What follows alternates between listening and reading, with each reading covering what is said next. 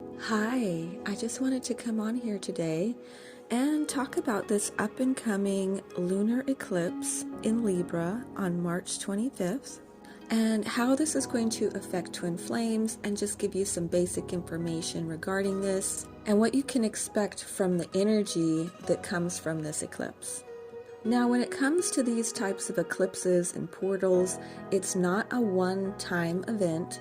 You will be feeling this energy 1 month before and 1 month after. So anything here can transpire within that time frame. So you might have already experienced some of this in the month of February, or you may experience this up until the month of April. So just keep that in mind. So let's talk about what this means for twin flames. So what we have here is that we have just transitioned out of the Pisces season. We're now at the actual astrological new year right now. We're in Aries season, and this is very powerful. This is a really big eclipse. Obviously, everybody's talking about it because it has great significance. But I want to give you guys my perspective on this. So we have the sun in Aries. And I have to say here already, the sun in Aries, okay? This is powerful, okay? Aries is the most masculine sign. So if we take the zodiac wheel and we stretch it out into a linear line, we have Aries at the beginning and Pisces at the end. And Aries is the most masculine sign on the scale. They are at the very, very beginning, which is that masculine energy, which is why they exert some of the most masculine traits of all the zodiac. They're extremely assertive. They're very powerful. They're very confident. And then Pisces on the other end of the spectrum would be the most feminine sign, which why they are the most nurturing. They are the most intuitive and empathetic. That's the feminine traits, okay? But what we're talking about here right now is the sun being in Aries. This is very powerful. So we have the sun, which I always talk about is the masculine energy. So the masculine energy is in the most masculine sign. Now, Aries is ruled by Mars, and Mars has 2 signs associated to it. It has Aries and it has Scorpio. Both of those signs are both ruled by Mars. Now, Aries is on the higher aspect of this Mars energy. They exert the positive attributes of Mars. I did a whole video on this if you want to check it out. It's called The Fall of Man from a Zodiac Perspective. That can give you a lot more information on what I'm talking about here. But just to move on, basically what we have is Sun in Aries. That's already, Sun is masculine. Aries is the most masculine. Aries is the highest aspects of that masculine energy, of that Mars energy. Remember, men are from Mars and women are from Venus. That takes me over to Libra. So this eclipse is in Libra. Although Libra is a masculine sign as far as the zodiac is concerned, the planet Venus itself is considered the planet of love and the planet of beauty. And Mars is the planet of war. And it's because of this strong masculine warrior archetype that we have for Mars. And so what we have here is we have this warrior archetype, which would be the, ultimate masculine energy in Mars and Aries, which is in the sun. And then in the moon, we have Venus and we have Libra. And like I said, although Libra itself is a masculine sign, the planet Venus is the goddess of the sea. It's this love and beauty. And actually Pisces is the goddess of the sea, and Pisces is exalted in Venus. And Pisces, like I said before, is the most feminine sign. So there are some little connections here and there to the feminine. And I often also explain that twin flames are an eclipse. That's what they are. They are the coming together of those two energies. And this has historically been a bad omen. This has historically been a negative sign, a sign of, something ominous happening. Because when this happens, it's about fate. It's about destiny. It's about God taking something away or bringing something to us. And so, historically, this has been a time that people were frightened. They were frightened of it. They stayed in their homes, and, it was a big event. It was something that people, you never knew what was going to happen on these lunar eclipses because it had a level of darkness to it. So again, with these eclipses, when we have these eclipses like this means that the energy is coming together. So there is the potential for the twin to reach out during this time because these are fated moments. The divine is pushing people to where they are meant to go. It's about destiny, okay? These eclipses are about destiny and fate.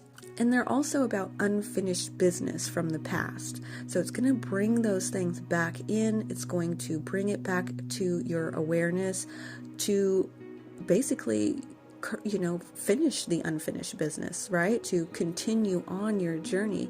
And so the divine will push people together. Again, we always talk about divine timing, and this is what we're talking about. It can be moments like this right here. And people often always ask, do we have free will or is it fate and destiny? And the answer is it's both. People always want a black and a white answer, but it's not quite that simple. The truth is, yes, we have free will, and there is a time for free will where we make our own choices, we are manifesting our own realities, we're doing all these things, and then there is a time for fate and destiny. And these are those sort of moments like that I'm talking about, where it's up to the divine now. The divine will intervene, and fate will have its way. Fate will find you. When it's your destiny to meet your twin flame, you meet your twin flame. That's what happens. When somebody is destined to be in your life, they come into your life through destiny. Yeah, there's a time for free will, and there's also a time for fate and destiny. This is one of those times now. Also, this lunar eclipse is in the south node, okay? Now this means unfinished business and unfinished karma. And it's in the aspect of relationships, okay, because of Libra. And this is also a theme of separations. So, for instance, with your twin, if your twin is in a karmic relationship or a karmic situation, or if you are in a karmic relationship or a karmic situation, this could break down very quickly over this eclipse. Like I said, there is a window, right? There's February, March, and April. There's that window there. These relationships could break down because it's about separations. It's about relationships, and it's also about balance, because Libra is the balancing scales. So any relationship that is not balanced, that does not have an equal give and take, if somebody is giving more or giving less, if something is not balanced and equal, these karmic connections are going to dissolve. They're going to end, because this South Node is about the past, and it's also about endings. And it's about learning these karmic lessons. It's about finishing these karmic lessons and these karmic connections. So any imbalances of give and take are going to dissolve. So again, this lunar eclipse is about major changes that are connected to your destiny within relationships. So people that are fated to come into your life could be coming into your life or leaving your life. Either way, it can be coming or going. Coming or going. That's how it is. It's fate and it's destiny that they come into your life or that they leave your life. This is divine intervention. So Also, timelines are going to be accelerated as well. So we're going to have 2 to 3 different options and choices, if you will, and the divine is going to be pushing us where we are supposed to be. Essentially, fate is going to find us. I also want to talk about how this is a lunar eclipse and what this means as well. So what we have here is it creates a shadow, okay? It creates darkness. Now, this is another theme to look out for. So this will also be bringing up parts of your shadow self that need to be released or addressed, but also integrated, okay? Because the shadow is necessary, okay? We need the shadow. This is a part of the balance. You can't have light without the shadow, without the darkness. It is an essential part. We have to release the lower negative aspects of the shadow, but we need to integrate the higher aspects of the shadow self, if you will, which is power and strength. We want to release all of the negative parts of it, which is insecurity and low self-worth, and we want to integrate power and strength. That's what the shadow is in its power. In its power, it is power and strength. It is that relentless power and strength. The lower nature of the shadow is insecurity and low self-worth. So with this shadow self aspect coming to light, coming to the surface, it's important to understand that an alchemist doesn't run away from the energy that it's transmuting.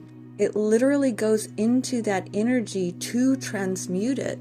So we don't want to ever run away from the thing that we're trying to transmute. You actually have to go into it. That's what an alchemist does. The alchemist goes into that energy. So we have got to embrace this darkness, embrace it, because we're transmuting it from a lower nature to the higher nature. That's what a true alchemist does.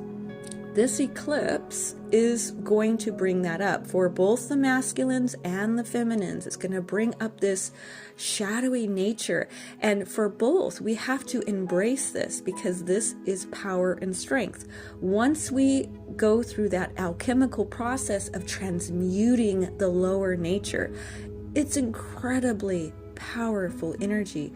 I also want to mention that this is not a time to be doing manifesting techniques. This is a time of destiny. It's a time of divine intervention and fate. This is a time to be aware of what's coming to you through fate. It's not a time for manifesting. So just stay away from it this time. I wouldn't recommend it just because of that. And it's a good time for self-awareness, self-reflection, going inward, cocooning, isolating, things of this nature. Meditation, going into mindfulness, yoga, whatever, walks in nature, things of this kind. You want to also be aware that people can be highly triggered.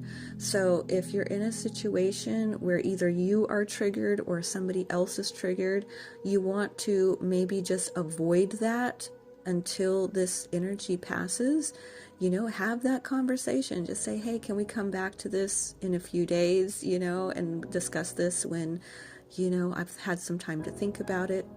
Find some time to breathe, do some breath work, really try to calm your mind, try to center yourself, and don't take anything too personally right now. Of course, the energy is going to be intense. Of course, there's going to be a lot, being projected at us right now through the collective, through these energies, through the divine, through all of these different aspects.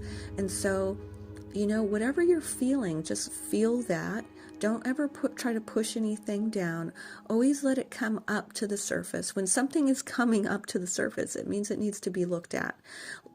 Start to do that. Start to just look at that and just, allow it to be there and then release it if it needs to be released. Because we do. It's all about, learning those karmic lessons, and so that we don't bring that into this new cycle. Okay, we need to release those things. If there's been a continual, habitual, karmic lesson that keeps coming back, it's a really good time to release that. Let's put it that way, as best that you can. So how are you guys all feeling? How's everybody doing? Have you already experienced some of this? How are you feeling leading up to this? Are you feeling good about it? Are you feeling a little weary? Personally, I'm feeling like I'm wanting to go inward more. I'm kind of feeling like I want to lay low. How are you guys feeling? How's everything been? I always love hearing from you, and we are here to share and encourage each other on this journey. We're not here to compete. We're not here to put each other down. We're really here to support each other. That's really what New Earth is about. It's about connecting, supporting, and encouraging others and helping them on their journey too. So, it's always good to hear from you guys in the comments, and I love hearing your wisdom. I love hearing your experiences, and be sure to take extra care of yourselves during this time. And I wish all the best for everyone, that whatever comes into your life, that it be a blessing. And if something is going, I hope that you have peace in knowing that it was fate that they go, or the situation go, that it was from the divine, and that you have to trust that. That's the thing, is on this journey, we do have to surrender to divine intervention, to fate and destiny, and what the divine says is good for us. So we have to trust that. But anyway, I think I will go ahead and finish off here. I'm sending you so much love. I thank you very much for listening, and I will talk to you later. Bye.